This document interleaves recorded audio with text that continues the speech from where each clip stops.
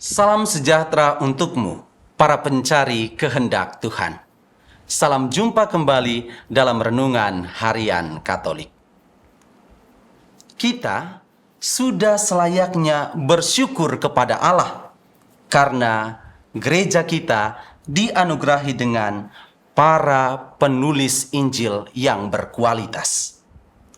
Biarpun para penulis Injil ini memiliki banyak keterbatasan sebagai manusia, namun mereka telah berusaha untuk menulis berbagai kisah tentang hidup dan karya Yesus di bawah tuntunan Roh Kudus sendiri.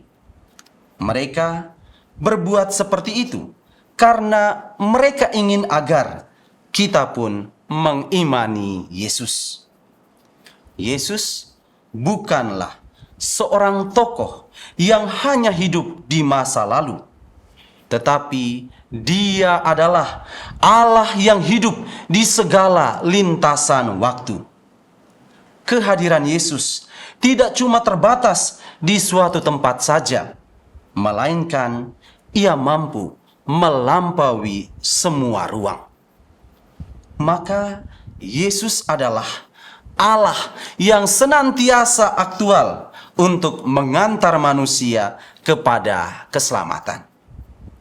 Atas dasar itu, amat disayangkan jika hidup dan karya Yesus dilupakan begitu saja.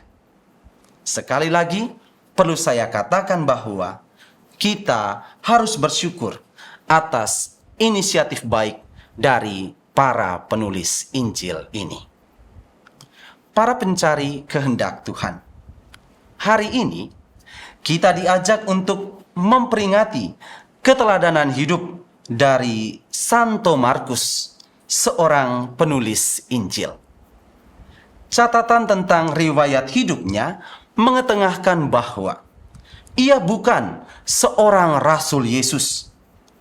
Ia adalah keponakan Barnabas yang ditobatkan dan dibaptis oleh Petrus. Semasa mudanya, Markus mengikuti Paulus dan Barnabas untuk mewartakan ajaran Yesus kepada bangsa-bangsa lain. Ia sempat pergi ke Antiokhia dan Siprus. Dan sesuai dengan tradisi purba, Markus juga dikatakan dekat dengan Petrus dan menjadi juru bicara Petrus di kota Roma. Maka boleh dikata bahwa catatan Markus tentang hidup dan karya Yesus amat dipengaruhi oleh kesaksian hidup dari Petrus sendiri, seorang rasul yang pernah hidup bersama dengan Yesus. Kemudian, bila kita mau berbicara tentang motivasi yang mendorong Markus untuk menulis Injil, kita bisa menemukan jawabannya dari perikop Injil hari ini yang berasal dari Injil Markus bab 16 ayat 15 sampai dengan ayat 20. Markus menulis bahwa sebelum kenaikannya ke surga, Yesus memberi suatu pesan yang berharga kepada para rasulnya, yakni mereka harus pergi ke seluruh dunia untuk memberitakan Injil kepada segala makhluk. Yesus mengamanatkan demikian karena Yesus ingin agar makin banyak orang yang mengenal kabar sukacita dari Allah. Kabar ini bukan bicara soal keselamatan yang dieksklusifkan kepada bangsa Yahudi saja, atau keselamatan dari Allah itu hanya diarahkan secara khusus kepada para rasul Yesus semata. Tetapi siapapun yang tergerak hatinya dan dengan penuh kebebasan mengimani Allah dalam hidupnya, ia layak untuk ambil bagian dalam persatuan dengan Allah. Kabar sukacita demikian tentu tidak bisa didiamkan begitu saja. Ia harus dinyatakan secara gamblang dan terbuka tanpa paksaan apapun.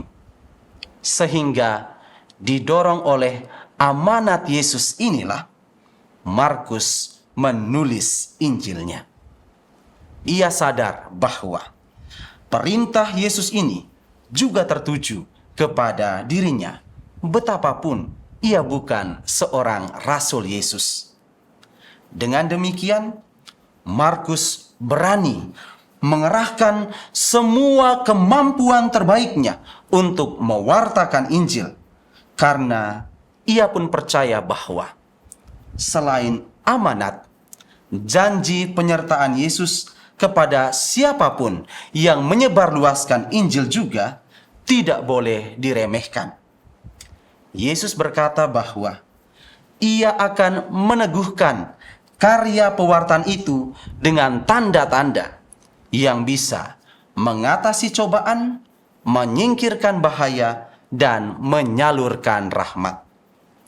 Tanda-tanda itu telah sungguh dirasakan oleh Markus, sehingga sampai akhir hidupnya Markus tetap bersaksi dengan setia tentang hidup dan karya Yesus. Maka dari itu, para pencari kehendak Tuhan, seperti yang diteladankan oleh Santo Markus, kita pun hendaknya menjadi pewarta Injil dalam hidup harian kita. Mewartakan Injil tidak berarti harus menjadi penghafal kitab suci, sebab yang terpenting adalah menghayati sekaligus mengamalkan nilai-nilai Injili tersebut. Seluruh keberadaan diri kita, entah itu sifat maupun sikap, harus memberi kesaksian bahwa kita adalah para pengikut Yesus.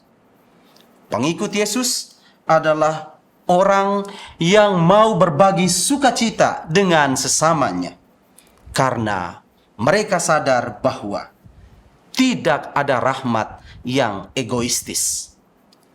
Maka mari segera lawan segala kemalasan yang ada di dalam diri kita.